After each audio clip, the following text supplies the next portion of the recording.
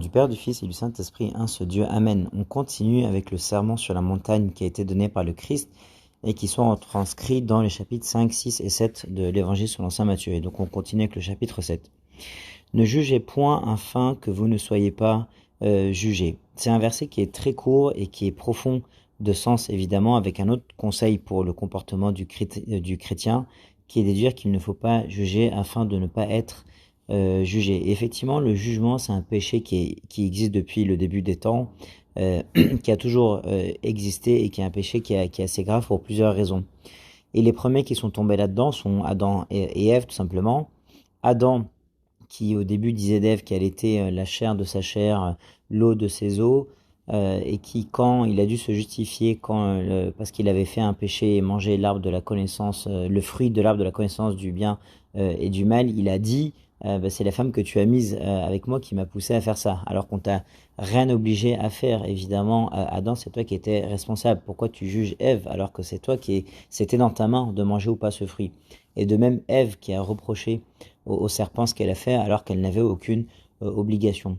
Donc c'est un péché qui existe depuis très longtemps, qui existe évidemment de nos jours, et donc le Christ nous demande ici de ne pas juger afin qu'on ne soit pas jugé nous de même lors du jugement de la part de Dieu en fait, tout simplement lors du dernier jour. Et donc ce qui nous est demandé, c'est de vivre une vie de repentir et de ne pas juger, ou alors si ça nous arrive, c'est de nous repentir de ça.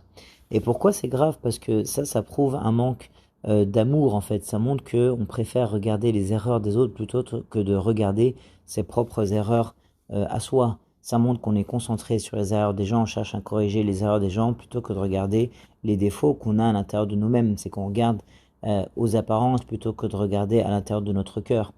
C'est grave également parce que ça prouve que ça va au-delà de notre rôle, et ça prouve que on essaie de se mettre à la place de Dieu, parce que c'est le Dieu qui est le juge, et il n'y a personne d'autre qui est là pour dire qu'un tel a fait un péché ou un tel a fait une faute. Donc c'est vraiment aller au-delà de notre rôle que de faire ça. On est tous des humains, donc on n'a pas le droit de juger les autres. Et le Christ lui-même, quand il est venu, il a dit « Je ne suis pas venu pour juger le monde, mais pour le sauver ». Et quand ils ont essayé de lapider la femme adultère, le Christ, lui, ne l'a pas jugé. Il a dit aux autres que celui qui n'a jamais péché jette la première pierre. Et donc il a défendu la femme adultère et a cherché son repentir à elle. Donc évidemment, le Christ, il est le juste juge, et il nous apprend qu'il ne faut pas juger, parce que c'est le rôle de Dieu et c'est le rôle de personne d'autre. Car on vous jugera du jugement dont vous jugez, et l'on vous mesurera avec la mesure dont vous mesurez. Et donc il faut apprendre à justifier les gens, à aimer les gens, à être concentré plutôt sur la pureté de notre cœur intérieur plutôt que sur les défauts des gens. Il faut qu'on fasse gaffe, parce que si tu es dur avec les gens, Dieu il sera dur avec toi. C'est ça que ça veut dire, ce verset-là. Si tu es quelqu'un d'injuste, Dieu sera injuste avec toi, ou peut-être pas que Dieu certainement ne sera pas injuste avec toi, mais il sera dur dans son jugement avec toi. Et donc, et pareil sur terre, en fait, si tu es plutôt compatissant avec les gens, certainement que Dieu va te donner que les gens soient compatissants avec toi, parce que si tu es compatissant avec les gens, c'est que tu les aimes, et donc les gens t'aimeront en retour, évidemment. Pourquoi vois-tu la paille qui est dans l'œil de ton frère et n'aperçois-tu pas la poutre qui est dans ton œil? Et donc c'est notre problème, c'est qu'on cherche à regarder la paille, c'est-à-dire la petite chose qui est dans l'œil de notre frère, plutôt que de regarder la poutre. Et donc alors que la poutre c'est beaucoup plus gros que la paille qui est dans notre œil. On cherche à corriger les autres. Et si on cherche à faire ça et à dire que les autres ont des péchés, certainement qu'on a ces péchés nous-mêmes à l'intérieur de nous-mêmes, cachés au fond de nous, et on se refuse de se repentir de ces péchés-là, et donc on préfère les voir chez les autres plutôt que de les voir chez nous. Donc encore une fois, il faut se concentrer sur nous-mêmes. Et donc pourquoi vois-tu la paille qui est dans l'œil de ton frère? Tu as sûrement quelque chose de beaucoup plus gros à l'intérieur de toi et de beaucoup plus grave. Donc nous, on a une poutre dans notre œil, donc il ne faut pas aller chercher à voir la paille qui est dans l'œil de notre frère. Et pourquoi on fait ça? Parce qu'on manque d'amour. Pourquoi? Parce qu'on essaie de prendre la place de Dieu. Et pourquoi il ne faut pas faire ça aussi? C'est parce qu'on ne connaît pas la fin de l'histoire. Peut-être que ton frère qui a peut-être effectivement une paille dans son œil, peut-être qu'il va se repentir demain.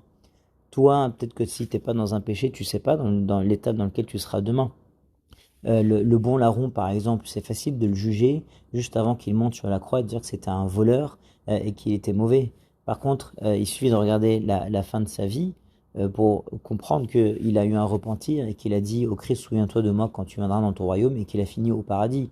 Ou de regarder tous les saints qui ont eu un début de vie difficile et qui ont très bien terminé. Donc comme on ne sait pas ce que les gens vont faire plus tard et comment ils vont réagir ou s'ils vont se repentir ou pas, certainement qu'il ne faut pas les juger. Pourquoi vas-tu la paix qui est dans l'œil de ton frère? N'aperçois-tu pas la poutre qui est dans ton œil? Ou comment peux-tu dire à ton frère, laisse-moi ôter une paille de ton œil, toi qui as une poutre dans le tien? Donc plutôt que de chercher le repentir des autres, il faut chercher notre propre repentir. À nous, c'est de l'hypocrisie en fait, parce que ça révèle que c'est de l'apparence. Tu dis, tu te positionnes en tant que juge, en tant que Dieu, en fait, ce qui est grave, et tu cherches le salut des autres, alors que toi-même, tu as besoin de salut. C'est de l'hypocrisie à l'intérieur de toi, c'est beaucoup plus moche, c'est beaucoup plus grave que ce que les autres ont. Hypocrite, ôte premièrement la poutre de ton œil, et alors tu verras comment ôter la paille de l'œil de ton frère. Donc le Christ, il a donné 5 versets sur ce péché qui est très grave, qui existe depuis Adam et Ève. Et les remèdes par rapport à ça, c'est peut-être d'apprendre à aimer les gens, de demander ça dans la prière, si on n'arrive pas à aimer les gens, et de deux, de réussir à contrôler sa langue, et de prendre l'exercice de ne jamais essayer de parler sur les gens. Et alors, on arrivera à ne pas emmagasiner cette haine des gens à l'intérieur de nous, et peut-être qu'en commençant par essayer de contrôler sa langue, on arrivera à purifier le cœur et l'esprit et l'intelligence et la raison, et de ne plus tomber dans ce problème du jugement. Ne donnez pas les choses saintes aux chiens et ne jetez pas vos perles devant les pourceaux de peur qu'ils ne les foulent aux pieds, ne se retournent et ne vous déchirent. Il y a évidemment un principe d'abord à dire, c'est que Dieu évidemment veut qu'on ait de l'amour pour les gens et beaucoup d'amour et qu'on donne sans compter. Par contre, ça ne veut pas dire qu'il ne faut pas qu'il faut aimer sans sagesse ou qu'il faut donner sans sagesse. Ce verset-là nous pousse à avoir du discernement en fait, et à faire attention quand on donne ou quand on aime.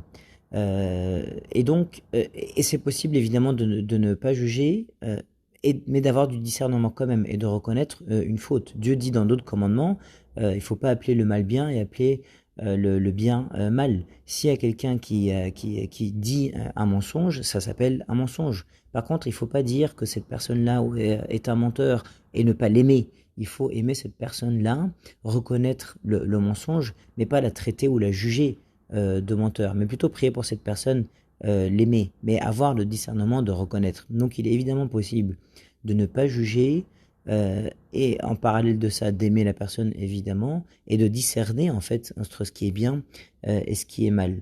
Et donc il faut avoir cette sagesse de ne pas donner les choses saintes aux chiens ou aux pourceaux, de ne pas jeter les perles devant les pourceaux. Et là, à l'époque de l'écriture de l'évangile, les chiens, en fait, ça fait référence au peuple qui était idolâtrique et qui avait des cultes sataniques, en fait, tout simplement. Donc on les appelait des chiens. Et donc ça fait...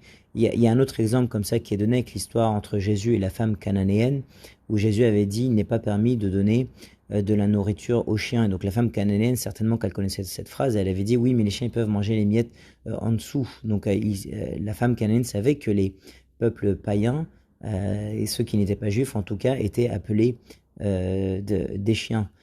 Et pourtant, le Christ va glorifier sa foi derrière et dire que elle a une foi plus grande que d'autres juifs, en fait, alors il l'a appelé de chien juste avant. Mais c'est une façon de parler à l'époque pour dire que ça représente les gens qui adorent les idoles et qui ont des cultes sataniques. Et les pourceaux aussi, les porcs étaient en lien avec des cultes sataniques de l'époque. Et donc c'est pour ça que ces peuples-là étaient appelés de cette façon-là.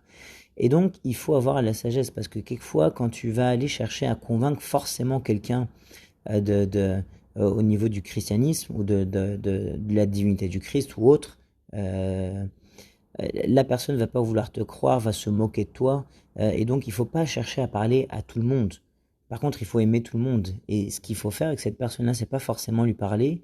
Peut-être que ce qu'il est nécessaire de faire uniquement, c'est de prier d'abord pour cette personne-là, mais qu'il n'est pas possible même de parler avec cette personne-là. D'abord, il faut prier pour la personne, et ensuite viendra le temps où il faudra lui parler. Mais il ne faut pas systématiquement chercher à parler à tout le monde. On ne doit pas donner les choses saintes aux chiens, c'est ça que ça veut dire. Donc ça dépend en fait. Il faut avoir la sagesse de discerner à quel moment il faut que je parle et à quel moment il faut que je me taise. Et en tout cas, il faut prier pour ces gens-là. Donc ne donnez pas les choses saintes aux chiens, ne jetez pas vos perles devant les pourceaux, de peur qu'ils ne les foulent aux pieds, ne se retournent et ne vous déchirent. Parce que quelquefois, ça peut se retourner contre nous. Évidemment, par exemple, les témoins de Jéhovah qui changent la parole de Dieu et qui vont toquer à la porte des gens, il ne faut pas forcément chercher à les recevoir tout le temps. Ces gens ne sont pas prêts à recevoir en fait le bon enseignement. Il faut prier pour ces gens-là pour que Dieu les délivre en fait des erreurs dans lesquelles ils sont. Et alors viendra le temps où ils seront prêts à recevoir. Demandez et l'on vous donnera, cherchez et vous trouverez, frappez et l'on vous ouvrira. Car quiconque demande reçoit, celui qui cherche trouve et l'on ouvre à celui qui frappe. Il faut qu'on soit sûr de cette chose-là, c'est que Dieu veut qu'on lui parle. Il veut nous donner abondamment. Et il va nous donner beaucoup plus que ce qu'on espère et des choses meilleures que ce qu'on demande. Il veut une relation avec lui, il veut qu'on lui parle, on veut qu'on lui demande. Il n'y a évidemment rien de mal à demander. Mais on va voir ce qu'il faut demander à Dieu. Par contre, il faut le faire parce que Dieu, il est comme un père pour nous. Et il veut nous donner beaucoup, énormément. Lequel de vous donnera une pierre à son fils s'il lui demande du pain, ou s'il demande un poisson, lui donnera-t-il un serpent? Si donc méchant comme vous l'êtes, vous savez donner de bonnes choses à vos enfants, à combien plus forte raison votre Père qui est dans les cieux donnera-t-il de bonnes choses à ceux qui les lui demandent? Donc Dieu évidemment il veut nous donner. Par contre il veut nous donner de bonnes choses. Et par exemple, et ça c'est pas forcément concordant avec ce qu'on demande.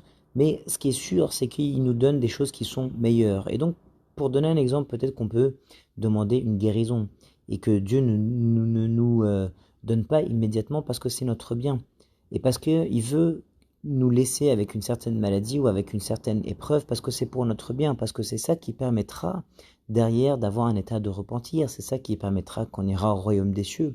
Et peut-être qu'avec la maladie, même s'il n'enlève pas, par contre il donnera de la paix, une paix intérieure qui fait qu'on acceptera cette maladie-là, qui fait qu'on prendra conscience qu'il y a une vie après la mort et qui nous mènera, in fine, vers notre repentir. Donc il ne donne pas forcément ce qu'on demande, mais ce qui est certain, c'est qu'il donne de bonnes choses, et donc des choses qui sont meilleures que ce qu'on demande, des choses qui sont pour notre bien.